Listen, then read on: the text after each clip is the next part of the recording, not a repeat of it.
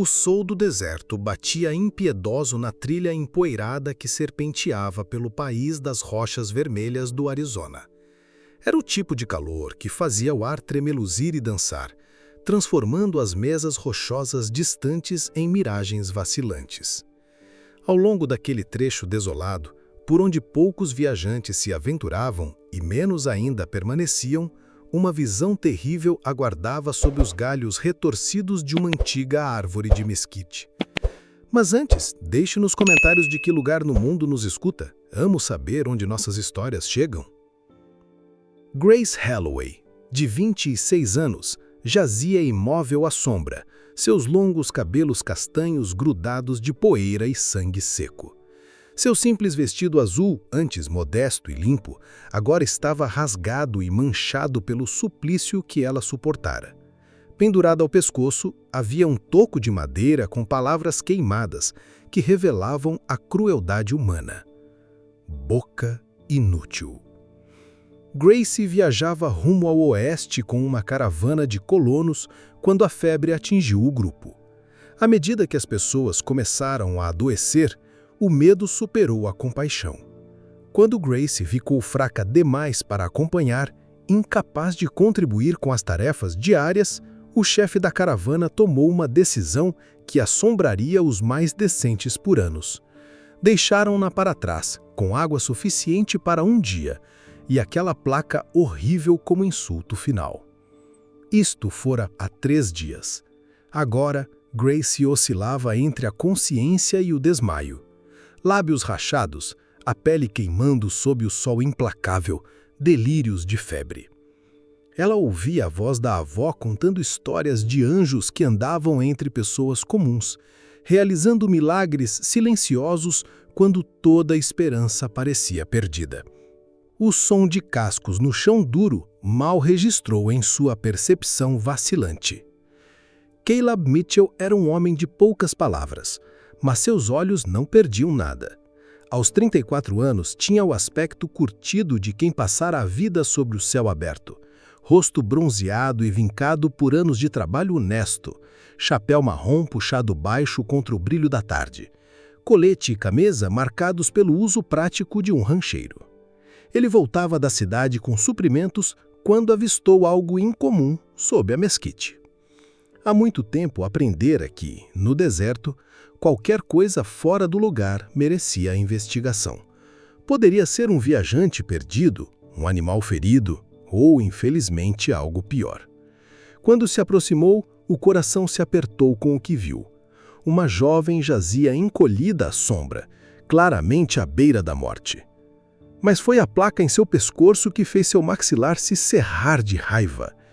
Caleb já via crueldade humana antes, mas esse tipo de abandono sem coração o atingiu como um golpe físico. Ele desmontou rapidamente, as botas fazendo sons suaves na areia enquanto se ajoelhou ao lado de Grace. Sua respiração era rasa, a pele em brasa pela febre, mas ela estava viva. Isso era o que mais importava. "Moça", disse baixinho, a voz áspera de anos falando mais com cavalos e gado do que com gente. "Moça, consegue me ouvir?" As pálpebras de Grace tremeram e, por um momento, seu olhar focalizou o rosto dele. Através da visão turva pela febre, ela viu olhos condinosos sob a aba do chapéu e algo em sua expressão lhe disse que seu suplício talvez tivesse chegado ao fim. "Estou sonhando?", sussurrou, quase inaudível. "Não, senhora", respondeu Caleb com gentileza. "Agora você vai ficar bem." Sem dizer mais nada, ele tirou cuidadosamente a placa cruel do pescoço dela e a jogou de lado. Depois, com movimentos surpreendentemente ternos para um homem tão rústico, acolheu Grace nos braços e a ergueu com facilidade, como se fosse uma criança. Seu cavalo, um baio firme chamado Sage, esperou pacientemente quando Caleb montou com Grace aninhada contra o peito. A cavalgada de volta ao rancho foi lenta e cuidadosa, com paradas frequentes para dar a Grace pequenos goles de água do cantil. A casa do rancho era simples, mas limpa, com grossas paredes de adobe que mantinham o interior fresco mesmo nos dias mais quentes. Caleb levou Gracie para o quarto de hóspedes, um espaço pequeno, porém confortável, com uma janela voltada para o deserto e as montanhas ao longe. Pela semana seguinte, Caleb cuidou de Gracie com a mesma dedicação silenciosa que tinha ao tratar de seus animais. A necessidade de o ensinar a habilidades médicas básicas, viver sozinho num rancho a quilômetros do médico mais próximo, exigia autossuficiência. Ele preparou caldos de carne e legumes, convenceu a beber água e chás de ervas e sentou-se ao lado da cama durante o pior da febre. Caleb não era homem de longas conversas, mas tinha o dom de criar calma. Sua presença era firme e tranquilizadora, como uma rocha em meio à tempestade. Quando Gracie delirava, sua voz baixa, lendo um velho livro de poesias, parecia ancorá-la ao mundo dos vivos. À medida que Gracie se recuperava, começou a notar as pequenas gentilezas que revelavam o caráter de Caleb. Todas as manhãs, flores silvestres frescas apareciam em um vidro ao lado da cama. Seu vestido rasgado surgia remendado e limpo enquanto ela dormia. Quando ficou forte o bastante para sentar, encontrou um pequeno crucifixo de madeira que ele havia esculpido para substituir a placa terrível. Algo belo para lembrar esperança em vez de desespero. Por quê? Perguntou Gracie certa noite quando Caleb lhe trouxe uma tigela de sopa. Foi a primeira frase completa em dias. Sua voz ainda era fraca, mas clara. Caleb parou no batente, o chapéu nas mãos.